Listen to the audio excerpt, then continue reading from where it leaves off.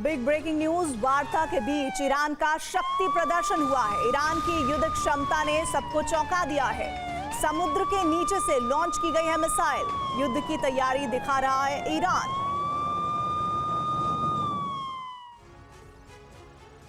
America के घिराव को देखते हुए ईरान ने पहले अपनी रणनीति बदली और वार्ता के बीच ईरान ने अपने युद्ध सिद्धांत में भी परिवर्तन लाया। पिछले 12 घंटे में रक्षात्मक नीति की जगह अब सक्रिय पलटवार की रणनीति ने ले ली है। यानी अब ईरान पर हमला हुआ तो फिर ईरान सिर्फ अपना बचाव नहीं करेगा, बल्कि जो टारगेट पहले से लॉक हैं उन पर सीधा हमला किया जाएगा। अब ये हमले कैसे होंगे, कहां होंगे, जवाब इस रिपोर्ट में देखिए। तो क्या ईरान अपनी न्यूक्लियर शर्तों पर अड़ा रहेगा? क्या ईरान अब युद्ध में ही अपना भविष्य देख रहा है? और क्या ईरान अब अमेरिका से जंग लड़ने में सक्षम हो चुका है? उन्होंने चेतावनी के अंदाज में कहा है कि ट्रंप को युद्ध या समझौते में से एक पक्ष को चुनना ही होगा। यूएस के अड्डे हमारी पहुंच में हैं और हम अपनी रक्षा के लिए तैयार हैं। ईरान ने अपनी रक्षात्मक सैन्य रणनीति को बदल दिया है। अब ईरान की रणनीति है एक्टिव डिटरेंस, यानी सक्रिय प्रतिरोध।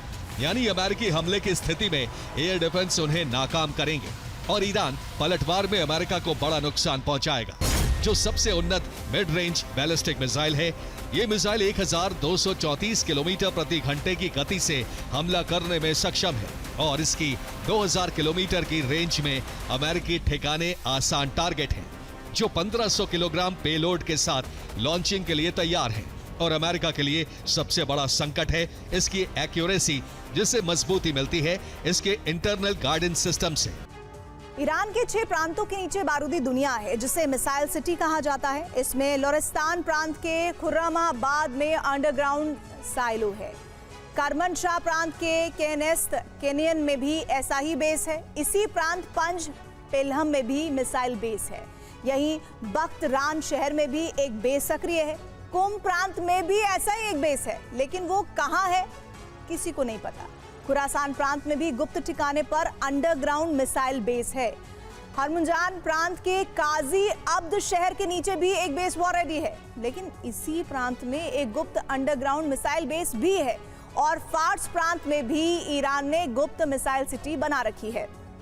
अब सवाल यह है कि अंडरग्राउंड मिसाइल बेस कितने सुरक्षित और सक्षम है? तो इसका जवाब यह है कि सभी बेस किसी पहाड़ के नीचे हैं, जिनकी जमीन से ऊंचाई 1000 मीटर से ज्यादा है और मिसाइल सिटी जमीन के नीचे 100 मीटर या उससे ज्यादा गहराई में है। और इन मिसाइल सिटीज में उन्नत लॉन्च प्लेटफॉर्म भी बनाए गए हैं, जिनके लिए इसी अंडरग्राउंड सिटी में उन्नत कम्युनिकेशन और सैटेलाइट से जुड़ा एक कमांड सेंटर तैयार किया गया है। इन सब के अलावा इन्हीं अंडरग्राउंड मिसाइल सिटी में पोर्टेबल प्लेटफॉर्म के साथ भी मिसाइलें तैयार हैं, जिन्हें बाहर निकालने के लिए एक गुप्त रास्ता तैयार किया गया है ताकि बाहर से मिसाइल लॉन्च की जा सके।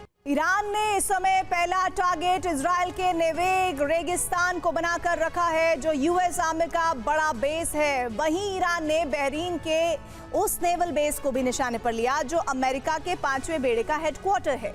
कतर का वो एयरबेस भी ईरान के टारगेट पर है, जो यूएस सेंट्रल कमांड का हेडक्वार्टर है। जबकि कुवैत का कैंप आरिफ जान यानी यूएस सेंट्रल कमांड की आर्मी का हेडक्वार्टर भी निशाने पर है। वहीं कुवैत में ही अल सलेम एयरबेस पर भी ईरान की नजर है, क्योंकि यही यूएस का सर्विलांस सिस्टम तैनात है।